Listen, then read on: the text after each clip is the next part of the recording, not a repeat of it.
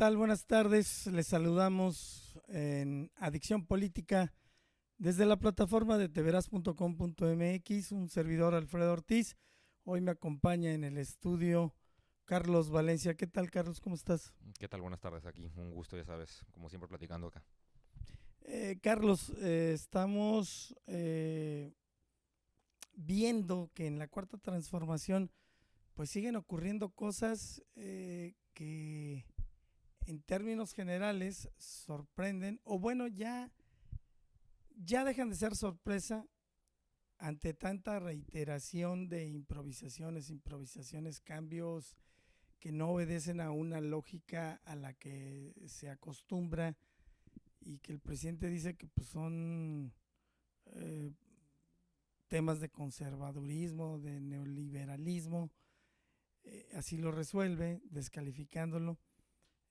Hoy vemos que el Coneval, este consejo que hace las mediciones sobre los avances como país sobre la pobreza, pues sufre cambios.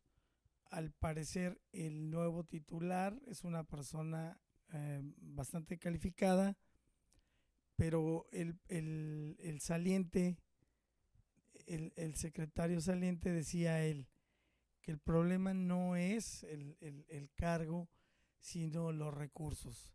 Él se va porque les piden recortar y dice, si recortamos no se va a poder hacer el trabajo como debiera hacerse.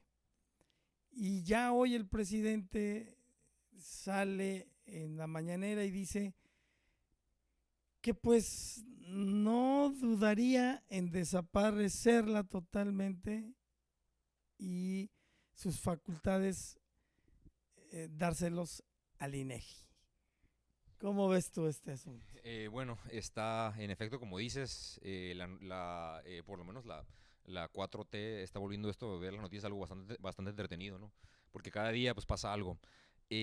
Aquí le quiero hacer una anotación al presidente porque justamente pues el titular de del Coneval, perdón, del Coneval, pues renuncia por esto de que no hay recursos.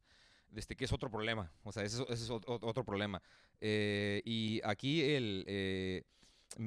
lo que me sorprendió del presidente fue que dijo esto de que no es necesario el Coneval, porque para medir la pobreza ya está el INEGI.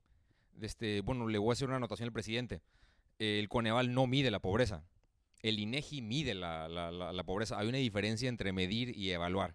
El trabajo del Coneval es otro completamente distinto. El Coneval evalúa cuáles son las áreas a mejorar en la política social en el país. Esto porque, esto porque tradicionalmente en México se ha hecho uso político de las cifras, ¿no? O sea, simplemente por nada más, para decir que hay menos pobres, pues bajas el umbral de la pobreza. O sea, pues ser pobre es ganar 1,000 pesos al mes. Toda la gente que gana más de 1,000 pesos al mes ya no es pobre. O sea, nada más haces eso y ya pues automáticamente disminuyes las cifras de pobreza. Entonces, por eso, para tener una sociedad civil fuerte, para tener una academia robusta y para tener una ciudadanía informada, necesitamos organizaciones como el Coneval, que sean independientes y que se encarguen de ver cuáles son las áreas a fortalecer de la política social. Si no evalúas tu política social, ¿cómo sabes en qué te estás equivocando? ¿Ya? O sea, si desaparecen cosas como el Coneval, ¿cómo vas a saber qué son las cosas que estás haciendo mal?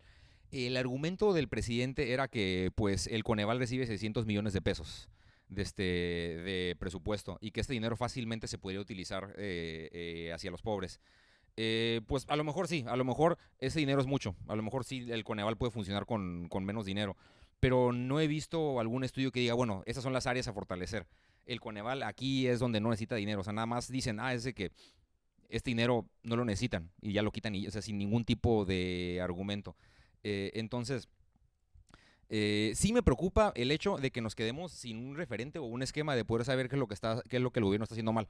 Y eso aparte de que a nosotros no nos conviene, al mismo gobierno no le conviene. Porque el gobierno no tiene manera o sea, más bien no está evaluando ahorita su propio trabajo. Entonces, Pero a lo mejor no les importa, ¿no? Digo, me parece un buen punto, pero a lo mejor siguiendo la lógica del presidente, seguramente no les importa medir.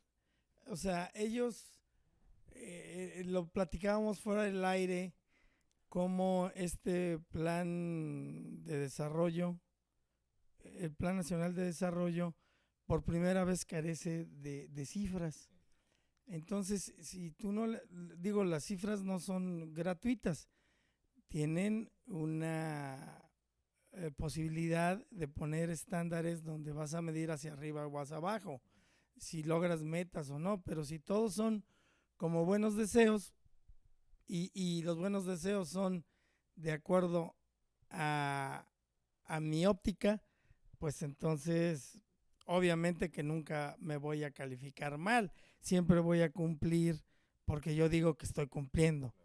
Es un acto de fe, por ahí he escuchado esto, ¿no? Que nos estamos convirtiendo en un gobierno donde ya la Coneval y otros organismos que son autónomos, que tienen una función muy significativa por el hecho precisamente de no ser parte del gobierno, por el contrario, ser como una posibilidad de tener cifras que no sean las que el gobierno nos quiere dar, evaluaciones que no las hace el gobierno porque pues el gobierno siempre va a decir que está bien, yo no veo que vaya a decir no, estamos muy mal, lo hemos hecho muy mal. Entonces, eso nos está llevando a situaciones donde al parecer ya no importa nada de eso, simple y sencillamente son buenos deseos y el halo de nosotros somos los buenos, somos honestos y no somos corruptos, eso nos valida y eso permite que las cosas se vayan a hacer bien.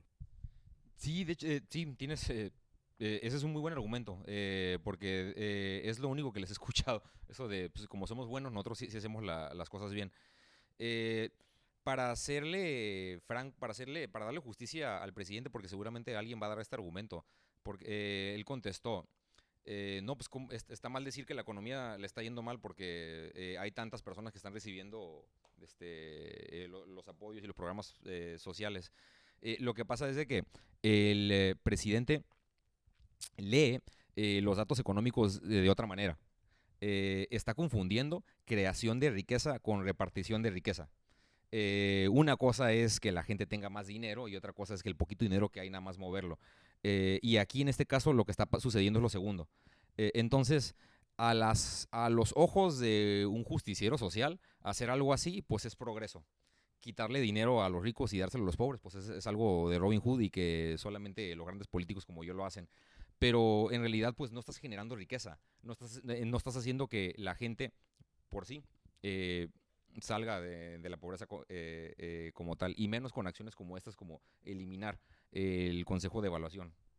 Claro, ¿no? Y digo, de nuevo, lo volvemos a ver, las calificadores, esta semana las calificadoras, el Fondo Monetario Internacional, le bajan el porcentaje, el pronóstico de crecimiento a la economía mexicana ya a menos de 2 puntos, ya muy cerquita del 1, y de ahí lo que sigue es menos del 1%.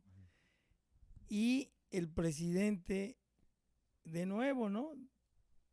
La saca con que no, nos deben de pedir perdón a México, a los mexicanos. Ya no estamos midiendo y yo creo que puede ser válido a lo mejor cambiar en cierta medida las mediciones de cómo pudiera medirse el crecimiento económico, los satisfactores de la población en cuestiones económicas. Creo que se puede, pero no lo veo o sea, no veo que digan, estas no sirven, porque son neoliberales y son del imperialismo yanqui. Pero aquí ya tenemos las alternas. No es solamente la descalificación, yo traigo otras cifras y párale de contar. Entonces, eso es lo que preocupa, porque Bueno, el presidente lleva ya prácticamente 8 meses y sigue teniendo su bono, sigue teniendo salida, la gente a estos temas de, no, que nos pidan perdón, la gente, yo no sé si se les hace muy gracioso o dicen, ah, sí, no, qué bien que le contesta al Fondo Monetario, no tengo idea, pero la gente le parece bien, pero como van las cosas, va a llegar ineludiblemente el momento donde la situación pudiera ser precaria y entonces ni con todas estas frases, ni con todos estos modos del presidente, la gente se va a quedar satisfecha. Eh, sí, el asunto que la, el, la gente está contenta porque el presidente está gobernando y hablándoles en un lenguaje que la gente entiende.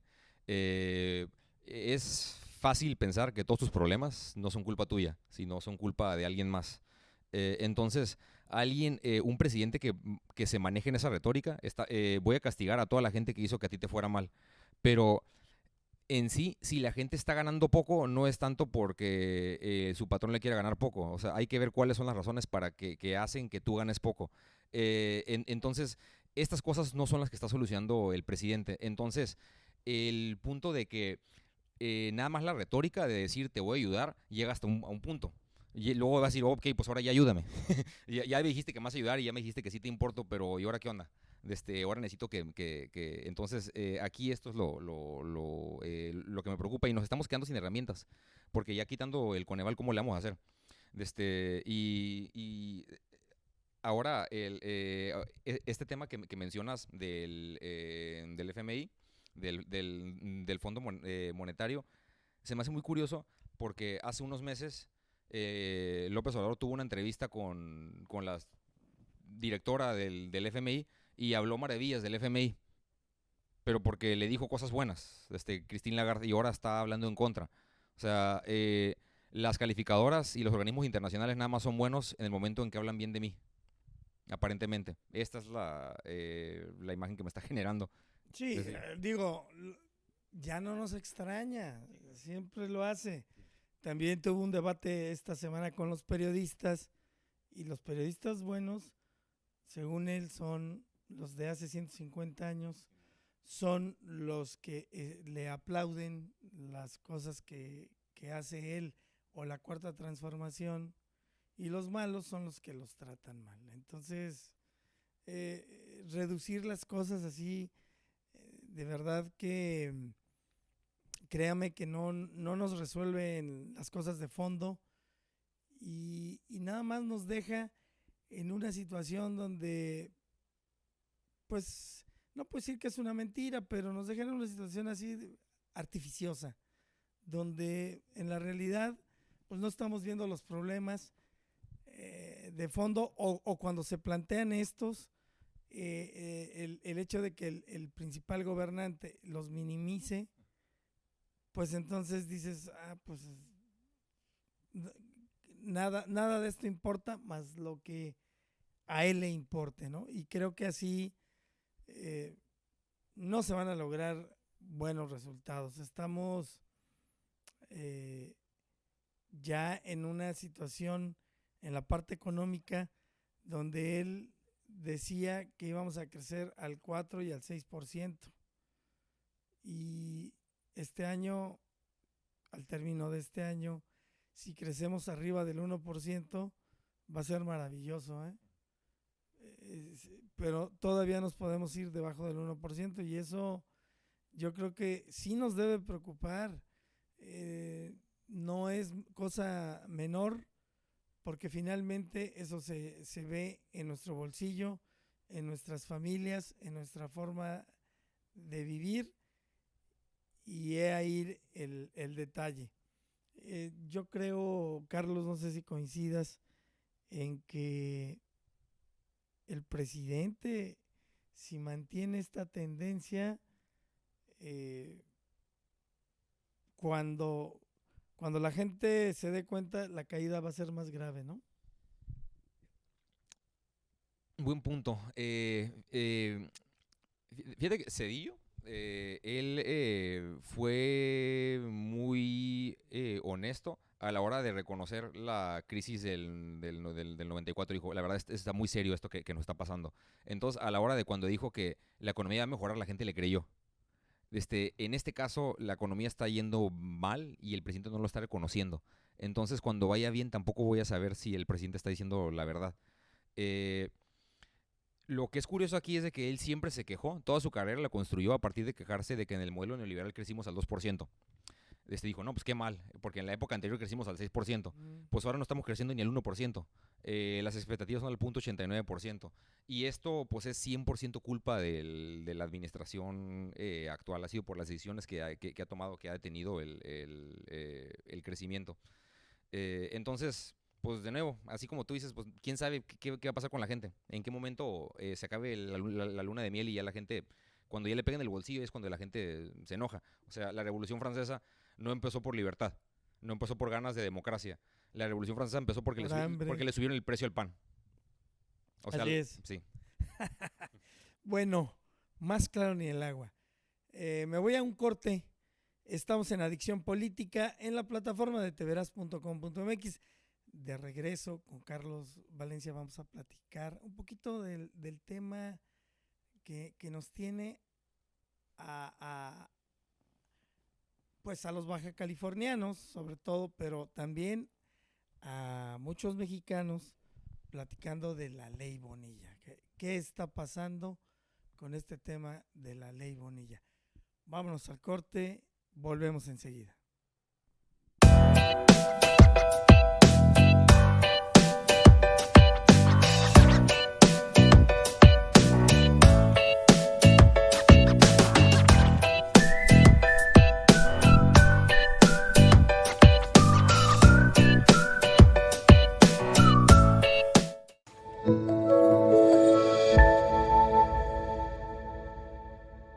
De veras. ¿De veras? De veras. De veras. ¿De veras? ¿De veras? De veras. ¿De veras? De veras.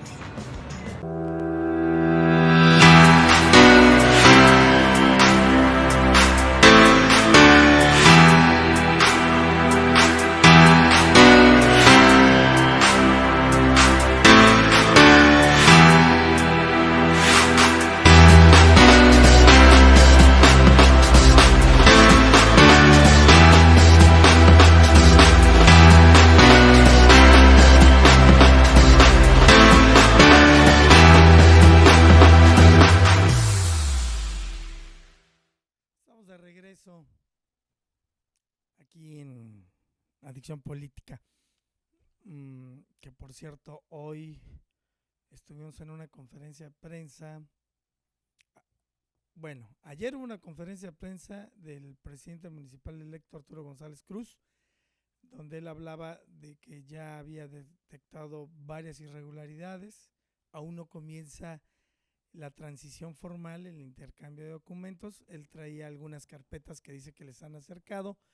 Hace unos minutos el presidente municipal también dio una conferencia de prensa donde él decía que el lunes empieza formalmente ya la transición y vamos a ver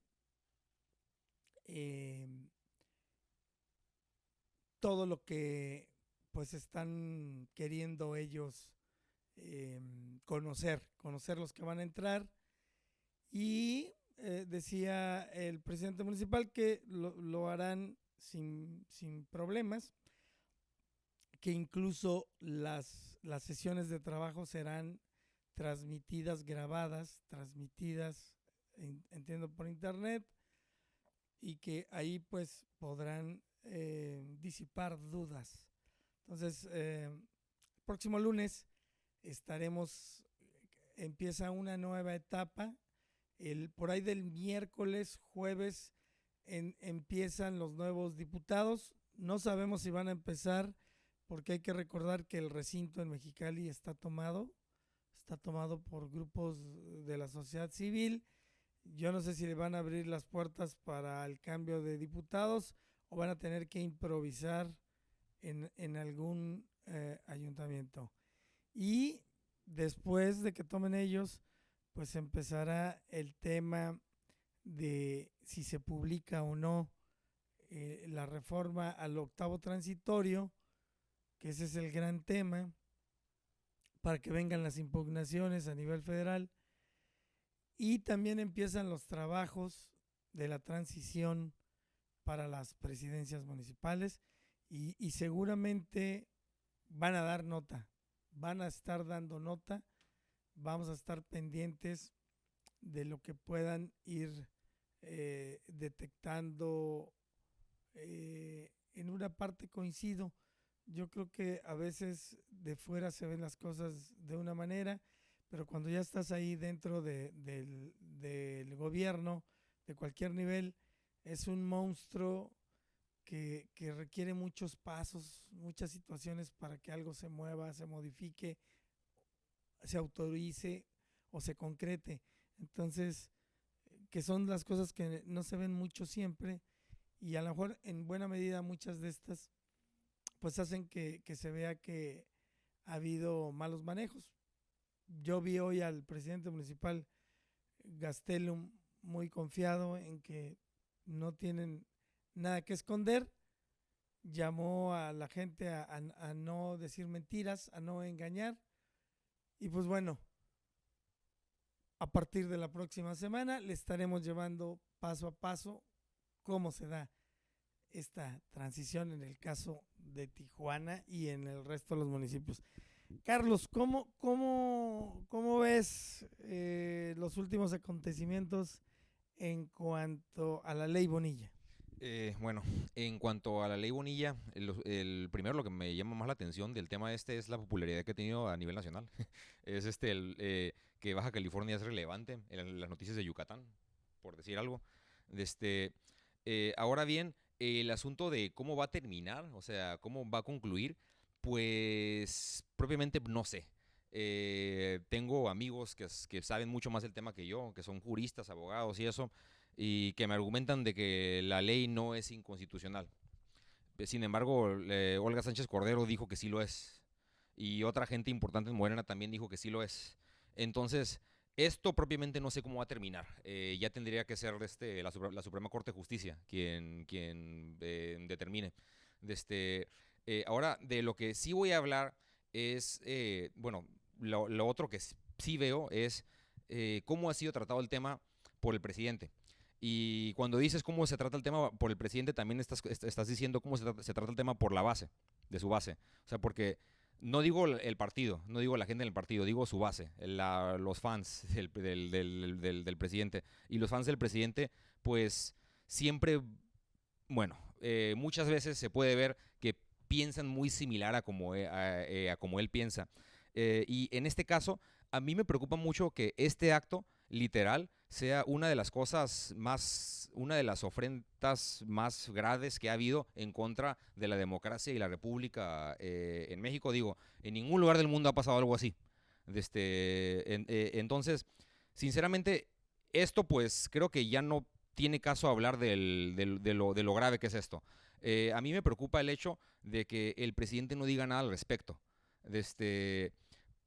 ¿Cómo es posible que, por ejemplo, cuando perdió el 2006 con el 0.6%, a eso sí le puso, o sea, yo la verdad no me creo para nada el invento ese de que hubo fraude electoral. No me lo creo. Y podemos discutirlo si quieren, pero no me lo creo.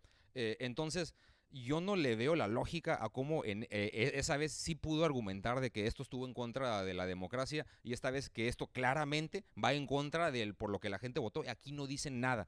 Y al mismo tiempo de que el presidente no dice nada, las personas que defienden al presidente lo quieren defender de una manera muy, muy simple. O sea, los argumentos son muy tontos. Yo no veo, o sea, el argumento más bueno que he visto a favor de la ley Bonilla es: a la gente no le importa si dura 5 años. Como si eso fuera indicativo de si es democrático o no. Entonces, hay una filósofa que se llama Hannah Arendt, tiene un libro que se llama Sobre la Revolución, y en una página ahí, no me acuerdo en la introducción, creo, dice: antes de la revolución, quien era más radical después de la revolución se vuelve más conservador. Y aquí lo que estamos viendo es que toda la base, todos eran súper radicales, súper progresistas y ahora son súper conservadores. Y ahora ellos son los nuevos chayoteros, porque literal cualquier cosa que dice el presidente se la aplauden. En este caso pues no he dicho nada al respecto, pero eso es lo peligroso. No me acuerdo la frase esta de, pues como, bueno, hay una similar mexicana, es que tanto peca como el que levanta la pata de la vaca como el que la mata, no sé. Y en este caso es muy grave que el presidente esté haciendo caso omiso de este tema. Necesitamos una declaración de él que diga que esto está mal, porque sí lo está. Claro, y coincidiría contigo, no tanto porque tenga que dar línea, ¿no? Porque él se escuda en que antes los presidentes tiraban línea o ellos eran los que estaban detrás de este hecho. Y yo creo que el presidente lo sabía, lo sabía con anticipación, porque su presidenta del partido Morena, Jacob Polensky, ha sido una de las convencidas de que este gobierno en Baja California debía de ser de 5 años. Y yo no creo que no tocara el tema con el presidente. Jaime Bonilla es muy amigo de López Obrador. Yo no creo que no hayan tomado el tema, no lo hayan platicado. Entonces, yo creo que el presidente lo sabe y tan lo sabe que por eso ha tenido una actitud tibia. Porque en otros temas y en otras situaciones, creo que es un presidente que de todo quiere opinar, de todo habla y de todo quiere opinar. Y no tendría yo problema en que hablara de todo, pero cuando tú hablas de todo y en todo quieres tener la razón o tu óptica es la última palabra, pues entonces sí, ahí ya no estamos de acuerdo, ¿no? Entonces, ¿qué sí se necesita? Que el presidente tuviera una postura más definida, más decidida respecto al tema. Y el tema ¿es inconstitucional o no lo es? ¿Es una falta a la democracia, a la Constitución o no lo es? ¿Es un hecho que se toma a destiempo? Es decir, una vez que ya pasaron los tiempos bajo los que tenía sentido este artículo transitorio o no. Todo lo demás es anécdota. Que si se trabaja mejor en 5 años que en 2, pues yo creo que por la pura cantidad es obvio. Que no venía en las boletas nunca viene la fecha, o sea, nunca viene, no votamos y nunca dice, estás votando por uno de 6 o de 3. Eso se da por contado como en esta ocasión, porque sabíamos las reglas del juego, sabíamos las bases de esta contienda electoral. Y todos los demás argumentos, eso de la autonomía del Estado, pues sí, tenemos nuestra Constitución, tenemos nuestro Congreso, pero por eso hay una Carta Magna, una Constitución como país que está por arriba de las demás constituciones. Entonces, todos esos argumentos, la verdad, son más justificaciones que argumentar sobre el meollo del tema. Y no hay que ser tampoco abogado constitucionalista con doctorados, maestrías. O sea, es de algo que ya hemos visto. Una ley no puede ser retroactiva.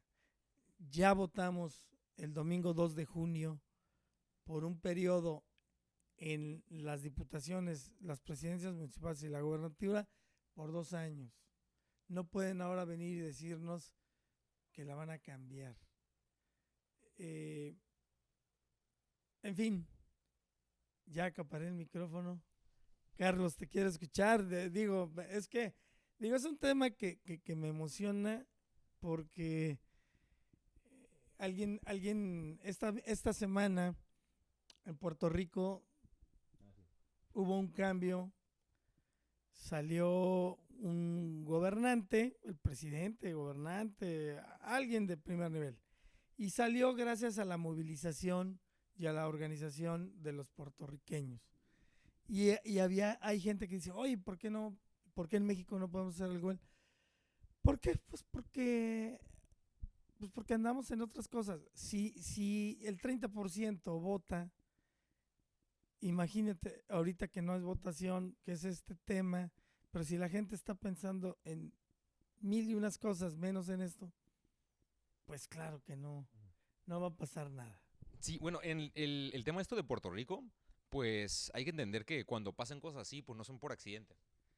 O sea, si el gobierno si el gobierno que estaba en Puerto Rico, una movilización los hizo poder salir del gobierno, significaba que ya estaban rotos. O sea, cuando la experiencia empírica, bueno, más bien, hay investigación que comprueba que cuando un gobierno se cae a partir de movilizaciones sociales es porque la élite ya tenía broncas. Entonces, si queremos que movilizaciones aquí tumben a los políticos, necesitamos que la misma élite tenga divisiones internas. De lo contrario, por más marchas que hagamos, no va a pasar absolutamente nada. Y específicamente creo que hay una diferencia aquí, porque aquí la opinión pública está con el presidente. Aquí la opinión pública está con el presidente y la gente que está en contra del presidente es muy poca.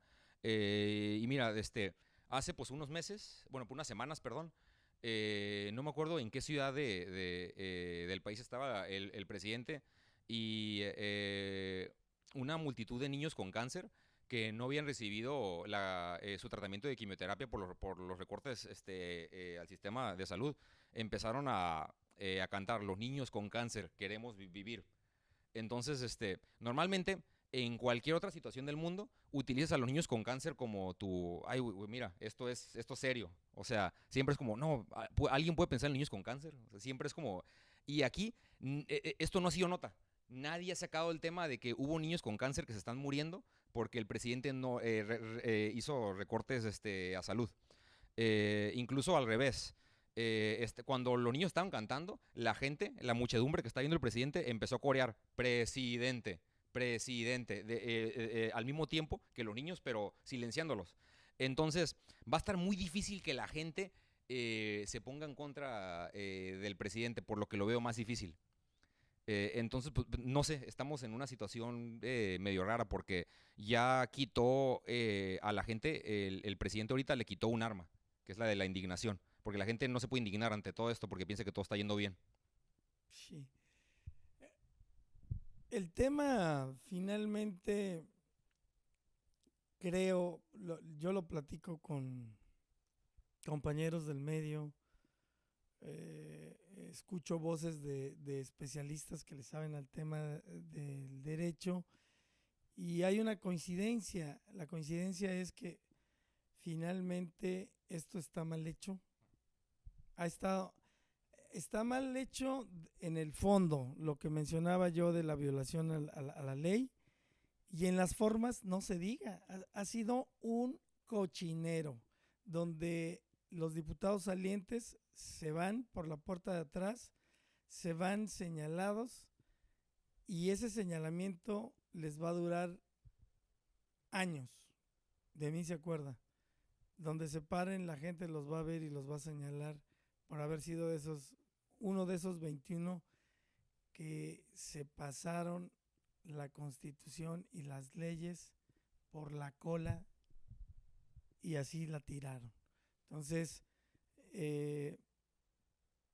finalmente creo que la Suprema Corte de Justicia nos devolverá la estabilidad y la tranquilidad de saber que cuando uno acude a votar, las reglas están establecidas y las vamos a cumplir y no alguien por capricho pues las va a modificar a contentillo, a su gusto. En fin, ya lo veremos. Carlos, muchas gracias por venir, por tu tiempo. Sí, no hay de qué. Divertido, Y sobre todo porque te atreves a salir a la calle con este clima, que está brutal. Para la próxima te prometo una cervecita. Con gusto aquí entonces. Aquí nos la vamos a echar a gusto, ¿sale? Ya está, ya dijo. Muchas gracias. En controles técnicos, Raimundo Rosas, un servidor Alfredo Ortiz. Nos vemos el día de mañana en Adicción Política en la plataforma de teveras.com.mx. Muchas gracias, buena tarde.